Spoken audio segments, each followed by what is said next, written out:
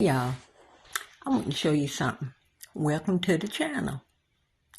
You see that picture up there? That's the picture of my babies.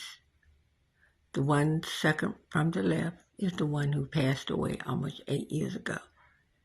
I started my YouTube channel a little bit after he died, just to help keep my sanity, to keep me from going crazy.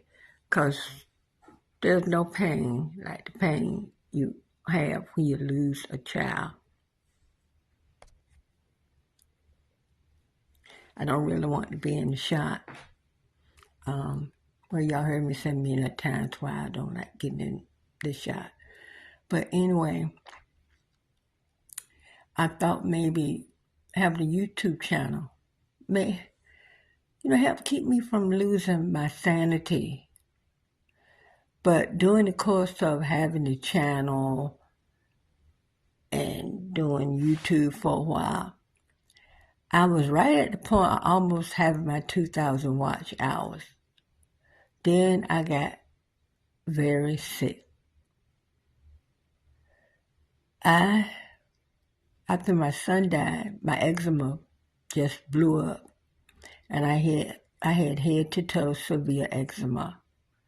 And it was very painful, disabling. I didn't even look like myself. My whole body changed, even my hands and everything. My skin just went haywire. I went to 4 different dermatologists. That 4th one is the one that, then my daughter found some products that helped tremendously, because what the doctors was giving me, my body was turned against all of it. My hair fell out from medication. I do have videos showing how my hair had grown back, thank God. It was a long road. I ended up having a surgery on my lymph node because my doctor thought, they found the problem with my lymph node under my left arm, but that was not really what was causing the problem. So they kept doing different stuff. I was in and out of the hospital. I was itched so bad that I had to go to the medicine room to get a special shot they give you for inflammation and stuff. Well, the first 1 or 2 times they gave it to me, it worked. Then after a while, my body started, not receiving it well, it not having an effect on what I was going through. So my doctor kept changing. And then I woke up one Saturday morning, being a little short of breath. And after I was breathing and talking funny, my husband asked me why.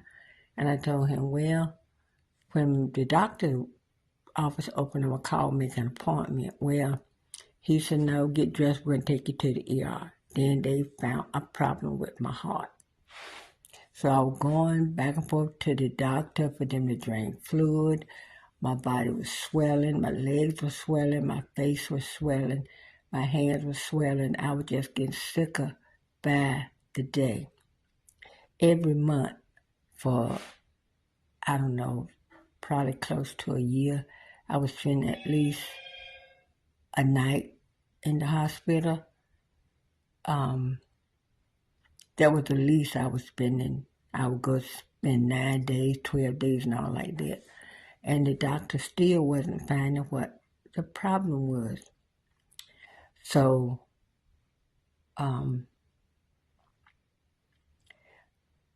they kept sending me to different kind of doctor, and then they sent me to a cardiologist, and he sent me to another kind of cardiologist who found my problem was a leaky valve. But in fact, I had 2. But the one that was causing all the problem was the one he had to fix. But my daughter had to come get me. She came get me, and she quit her job to take care of me. and because all my doctor was down in the area where she lived. And she lived in an apartment, so I was upstairs. So I stayed upstairs. She was bringing my meals to me. I would come down, like to go to the doctor. She had a TV installed in my room, so, I had something to do. And plus, she had given me a tablet. And, at that time, when I was going through all of that, YouTube was not on my mind. What was on my mind was to get myself better so I could be a good mother when all my children grown, but, I still wanted to be a good mother, as far as getting them advice, helping them if they need me, being a good grandmother, being a good wife and all like that. But I can't do that if I'm sick. I spend all that time not being able to go to church because my daughter lives probably about 2 hours away from where our church is. So the church was on internet. When I could be on the internet with the church, I was there. But, I couldn't do a lot of walking, going up and down stairs. I couldn't stand up a long time. Most of my time was spent laying down. My daughter found these products for me to use on my eczema, which made a big difference in it. And she would get up 2 or 3 o'clock in the morning, putting those oils on me. She was making sure I got my meals on time. She made sure every need that I had was met. And during that time, she did what she had to do, and I thank her and I thank God for her being there. My husband would come over to see me and see us and everything, and when I had special things I had to go to the doctor for, like different tests and stuff, he would come and go with us. One day before I had to go for them to run the test to make sure I didn't have a blockage in my heart. So when I came back, I was getting sick. I told my daughter while I was downstairs, I was going to stay downstairs and watch some TV downstairs and enjoy being downstairs. She had the door open and, I could see outside and everything. And I started feeling like I was going to pass out. I went to the kitchen to get me a drink of water, and the room started to get dark, and I called her kind of frantically, and she asked me what was the matter. I told her. She said, well, come upstairs, maybe you need to lay down. You might have been up too long. I said, no. My doctor told me if I got feeling like that, because I had felt like that before, he said, come to the ER. That meant that my blood pressure was bottoming out. So she called, and I felt like I was going to pass out. Well, they put me on a stretcher to make sure, so if I passed out, I would be on the stretcher. Well, when I come to, my daughter said she had called me 3 times. I only heard her once. When they got me in the ambulance, my heart rate was over 200 and something. They shocked me twice. It knocked my shoes off. That was the hurtingest thing I ever felt in my life, y'all. I actually thought I was going to die. So the ambulance was going and going, blowing the horn, trying to get people to get out of the way. Why don't people move when the ambulance come by? But anyway, when I got to the hospital, I was in the trauma area of the hospital that we went to. And I stayed in the hospital, I think, 9 days, 12 days, something like that. They had to draw fluid off me. I think they got like 12 pounds of fluid or 9 pounds, something like that. Anyway, I stayed in the hospital. The doctor came back to see me because before they did the surgery for fixing that valve, before they did the leaky valve surgery, they were supposed to do this surgery to fix the rhythm of my heart.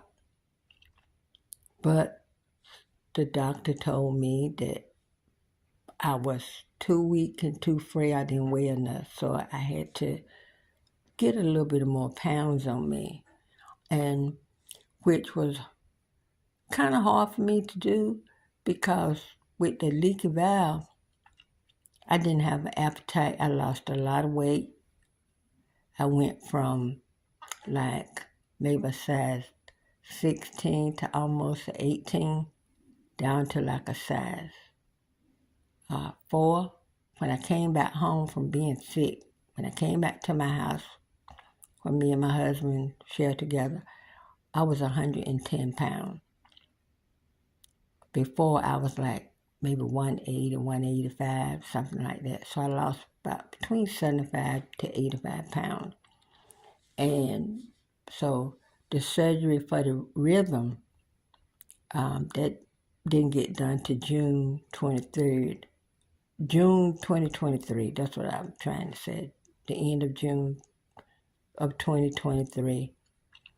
And I had the leaky valve. They wanted to do that surgery first, but the one for the clip, they did that one first. And I got on the road to recovery. March of 2022 was when I had February of 2022 when I had the first heart surgery.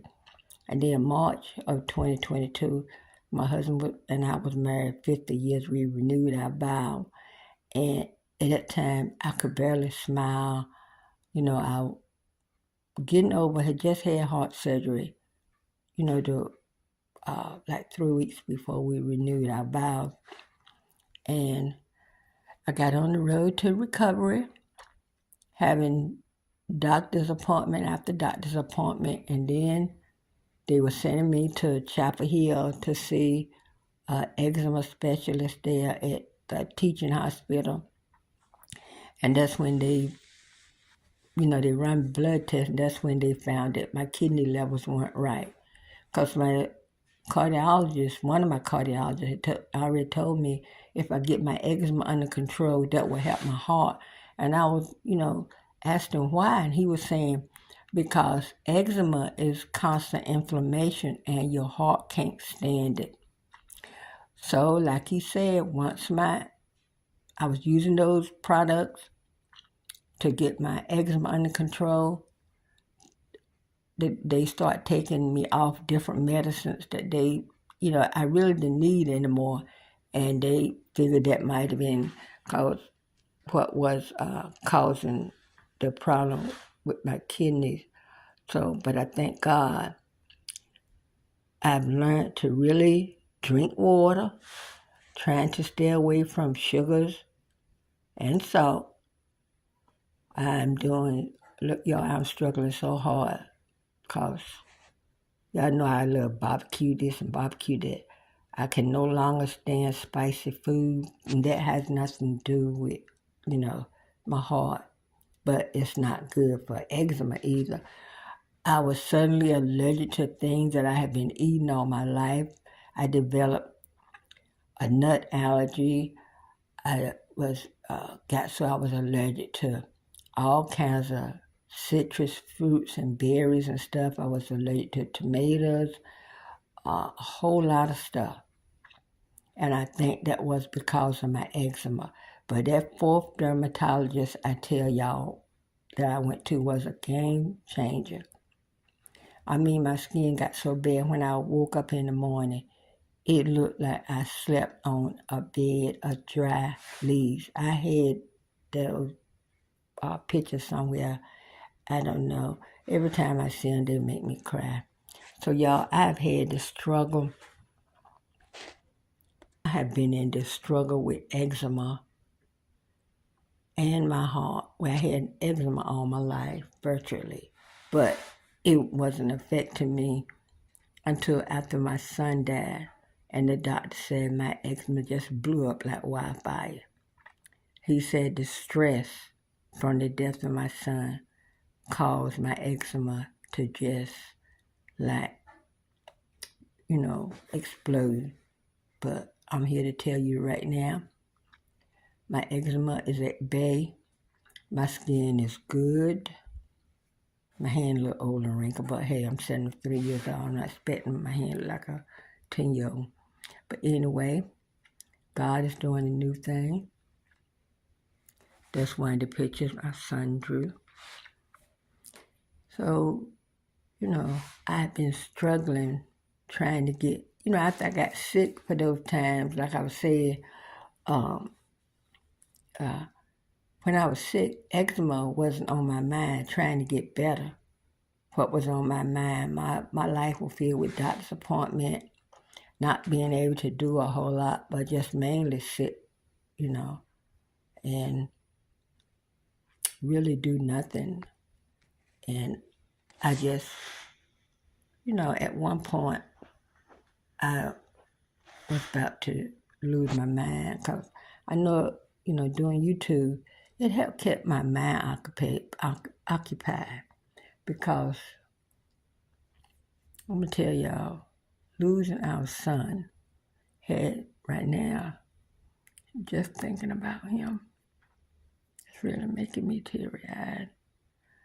My husband is asleep, I'm up, so I figured I'd do this video while it was on my mind. But I thought maybe if I had something that occupy my time, I wouldn't go crazy.